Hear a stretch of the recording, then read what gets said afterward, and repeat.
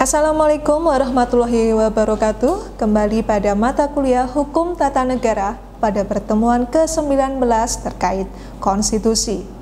Apa saja yang akan kita bahas pada pertemuan kali ini? Di antaranya, yang pertama, pengertian konstitusi menurut pendapat para ahli. Beberapa pendapat para ahli yang saya kutip di antaranya menurut Issy Wade, konstitusi ialah naskah yang memaparkan rangka dan tugas pokok dari badan pemerintahan suatu negara dan menentukan pokok-pokok cara kerja badan tersebut. Konstitusi ialah keseluruhan sistem ketatanegaraan suatu negara yang berupa kumpulan peraturan yang membentuk dan mengatur pemerintahan negara. Lanjut, menurut Herman Heller, konstitusi dibedakan menjadi 3 pengertian. Konstitusi yang bersifat politik sosiologis, konstitusi yang bersifat yuris, dan konstitusi yang bersifat politis. Untuk konstitusi yang bersifat politik sosiologis, yakni konstitusi yang mencerminkan kehidupan politik masyarakat. Sedangkan konstitusi yang bersifat yuris, yakni konstitusi yang merupakan kesatuan kaidah yang hidup di dalam masyarakat. Sedangkan bersifat politis, di mana konstitusi yang ditulis dalam suatu naskah sebagai undang-undang. Menurut C. F. Strong, konstitusi merupakan kumpulan asas yang didasarkan pada kekuatan pemerintah, hak-hak yang diperintah, serta hubungan-hubungan antara keduanya yang diatur. Terakhir, saya kutip menurut Sri Sumantri, konstitusi merupakan naskah yang memuat suatu bangunan negara dan sendi-sendi sistem pemerintahan negara. Apa yang menjadi tujuan suatu konstitusi? Konstitusi mempunyai peran dalam suatu negara, antara lain membatasi kekuasaan penguasa agar tidak bertindak sewenang-wenang. Hal ini sesuai dengan prinsip konstitusionalisme. Melindungi hak asasi manusia, di mana setiap penguasa berhak menghormati hak asasi manusia orang lain dan hak memperoleh perlindungan hukum dalam hal melaksanakan hak individunya.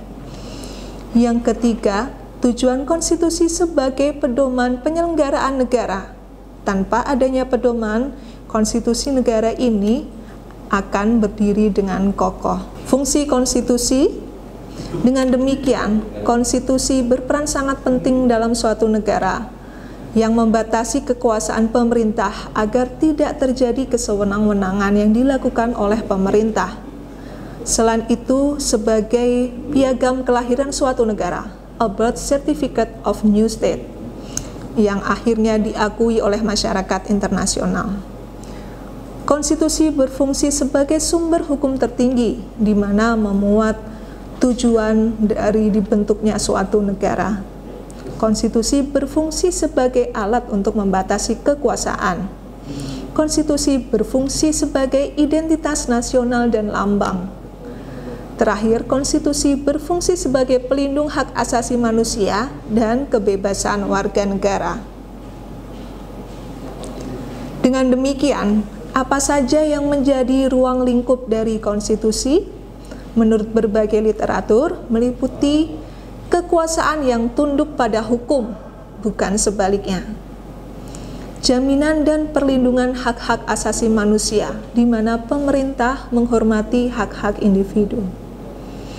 Peradilan yang bebas dan mandiri atau independen, bebas dari pengaruh kekuasaan manapun, serta akuntabilitas publik, pertanggungjawaban kepada rakyat, sebagai sendi utama dari asas kedaulatan rakyat.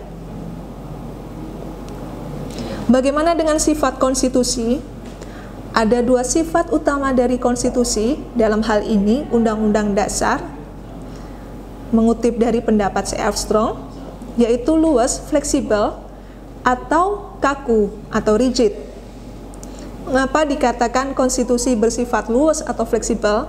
Karena dalam hal ini perubahannya sama dengan prosedur membuat atau merubah undang-undang. Kemudian mengapa dikatakan kaku atau rigid?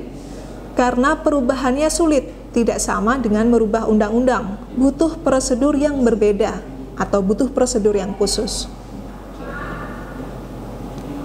Macam-macam konstitusi menurut J. Armstrong dibagi menjadi dua jenis, antara lain konstitusi tertulis, yaitu suatu naskah atau dokumen yang di dalamnya terdapat penjelasan kerangka dan tugas-tugas pokok dari badan-badan pemerintah, serta menentukan bagaimana cara kerja badan pemerintahan tersebut.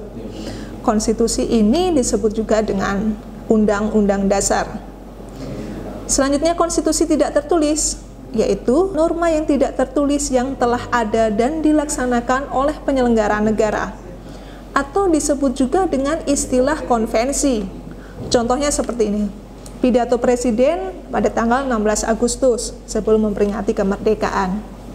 Kemudian upacara bendera pada saat hari kemerdekaan. Kemudian pemasangan foto presiden dan wakilnya pada instansi-instansi pemerintah. Bagaimana dengan sejarah konstitusi Indonesia?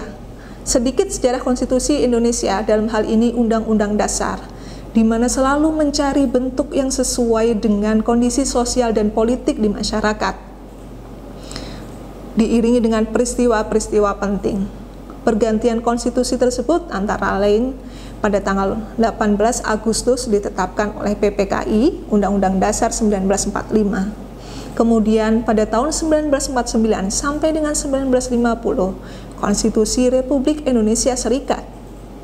Namun pada tahun 1950 sampai dengan 1959 diganti dengan Undang-Undang Dasar Sementara 1950. Pada tanggal 5 Juli 1959 kembali diberlakukan Undang-Undang Dasar 1945 melalui Keputusan Presiden nomor 150 tahun 1959.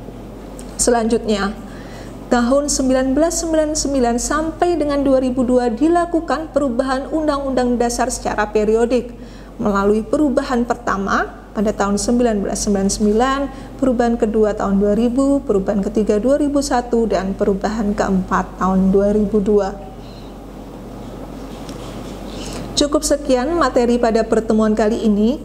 Hal-hal yang mungkin bisa kalian diskusikan dengan teman-teman dan dosen kalian di kelas adalah bagaimana sifat konstitusi di Indonesia? Apakah luas atau fleksibel, atau rigid atau kaku? Cukup sekian. Wassalamualaikum warahmatullahi wabarakatuh.